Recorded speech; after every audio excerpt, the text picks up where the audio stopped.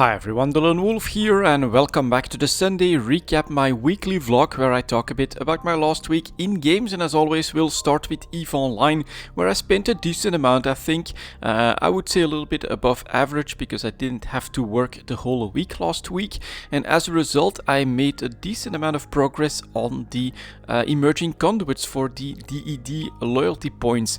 I think I'm above 6,000 at this point. I need like just a couple more runs in order to get the necessary LP for a full set of mid-grade mimesis implants, and at that point I am of course going to also test some of these Triglavian ships. I think I have the skills for the battle cruiser at 5 at this point, and normally I have a Leshaka battleship ready as well, so I do look forward to that. I just need a little bit more time, a little bit more work on those emerging conduits. I am running those in the rattlesnakes. It's just that much more relaxing to know that they can't really beat your tank. You're holding at 50% even against the very strongest third wave that these conduits can throw at you, and yeah, just pretty steady damage. Just make sure to be careful when it comes to your drones, because one Weber and then a switch to switching from the Triglavians to your drones, and you'll probably lose one. It's been very close on a couple of occasions, but yeah, just start out with a couple of volleys on the enemies with your missiles before you launch your drones. You should have enough aggro then also with all the E-war that you throw out at them. So overall that has been going very well. I also took the time for a little bit of exploration, nothing too special there, if I'm not mistaken.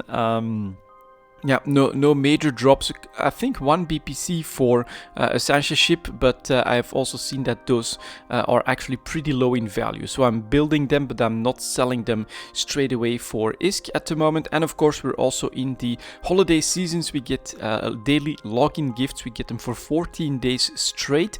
And the first one I think was really great, like a full set of skins. Was it like 8 of them if you're Omega or something like that for tick 1 ships.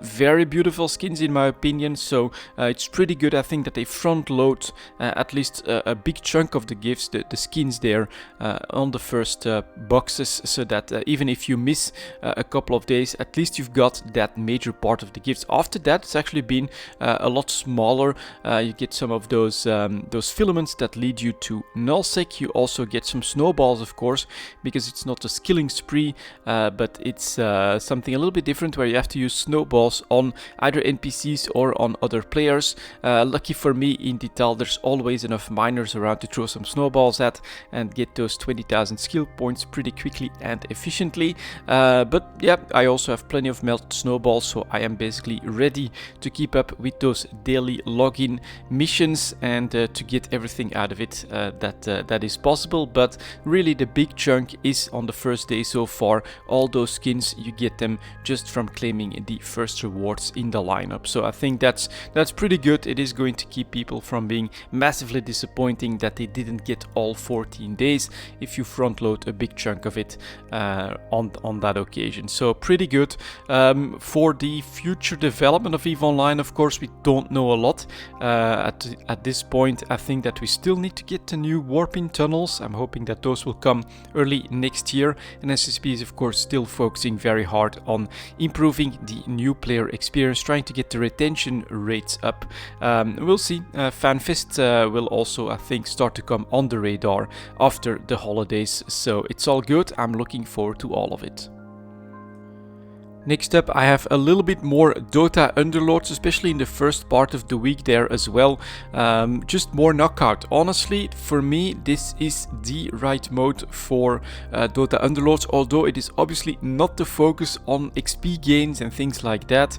I think it's the most fun to do because it takes 10 to 15 minutes to complete one of those games. What a relief compared to the 50 minutes that you need for a regular game of Dota Underlords.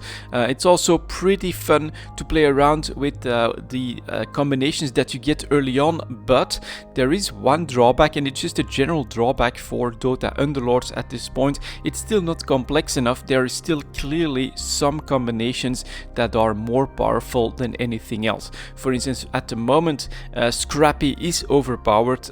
Get 6 of them. They basically give their bonus to your whole army, and then you can just choose some massively overpowered individuals individual armies, their synergies don't matter that much because they also get that really powerful scrappy regen. So then you get a couple of super strong assassins, maybe a couple of healers in there, and the other side just has a real problem because you manage to get those 6 scrappies right on the board. They've got sniper as well in there, so it's just one of the overpowered combinations at the moment, or just synergies. This is one that works with pretty much anything that feels a little bit overpowered. People of course then do rush that one, so it's a little bit harder to get to those tier 3 heroes very quickly, which makes a huge difference as well. But yeah, the luckiest one in that phase basically always gets towards the win because you know, he's got a couple of scrappies on the board. He gets to furl 3 right off the bat, I think, if you choose scrappy. I think when it's even scrappy with like the legionnaire,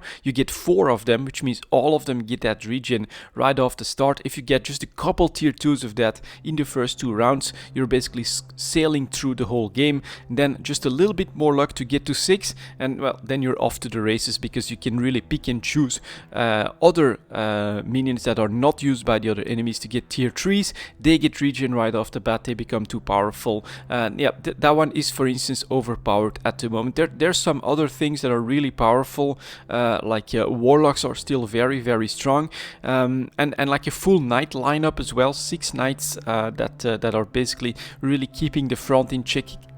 These are still very powerful as well. And then compared to that, some of those, well, that don't go to 6 most of the time, do feel a little bit underpowered. You get 3 of those new spirits. Yeah, just I don't know. It can get you through some mid game, but end game, it's just never gonna make the difference, or it's never gonna make up for some of those 6 minion bonuses that you can get. So yeah, there's definitely still some balance issues there, and some issues with the meta being a little bit stale because you know exactly what you need in order to get to the top parts of the game. And then it's completely RNG based. You either are the one that goes for that and that gets the right minions in the lineup on the shop, or you're not the one that gets the right minions, and then you get stomped as well, of course. So that does mean that it can get a little bit repetitive at that point. For me, I do still enjoy the blackout mode, just exploring, giving it a chance, right? All right, this one is knights and or maybe something completely different like warriors and assassins. Okay, let's give that a try. Let's see where we end up. It usually ends badly, but yeah, overall still having fun with Dota Underlords at this point. And then for my final game, it is Path of Exile that has just launched a new league, the Metamorph League. Lots of fun so far. A couple of technical issues for me personally. I'm not exactly sure what it is. I did a Google search on it as well, came to the forums. I'm not the only one. When all of a sudden the game crashes and tells you like an item doesn't exist or something like that, it's usually on one of the league related mobs that I have this. So I think there's just basically something still missing there. I hope that they patch it pretty soon. But I'm still having fun, and the Metamorph, well, at first it was a little bit surprising at how powerful it can potentially be. I actually died to the very first Metamorph that I made. Luckily, I'm playing in softcore, so it's not a big deal. I'm working on another minion witch, a necromancer. Yeah, maybe a little bit boring, but it is by far my favorite playstyle.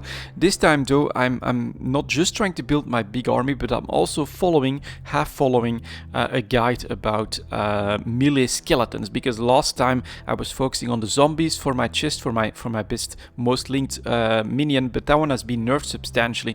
Basically, in the previous league, when they were reworked, they became practically immortal. They could just run through all the content pretty much without any serious focus. Those super powerful zombies, they've become slower, they've got less HP, so it's not that clear cut anymore. And I think skeletons are my new option. They're becoming basically my stormtroopers. Can send them 3 at a time, just put them right where I want them. And at the moment, they're already pretty damn powerful. There's some cool stuff in the guide that I'm trying to implement as well to basically get a nice minion witch going for this league. And yeah, as I said, the Metamorph mechanic does work most of the time. You can get some pretty cool combination. I even saw that some of those parts that you can that you can gather across a map can have some really nice bonus drops, like even 6-link weapons and things like that. So you do have to be a little bit careful, choose the right ones to get for the best rewards, I think.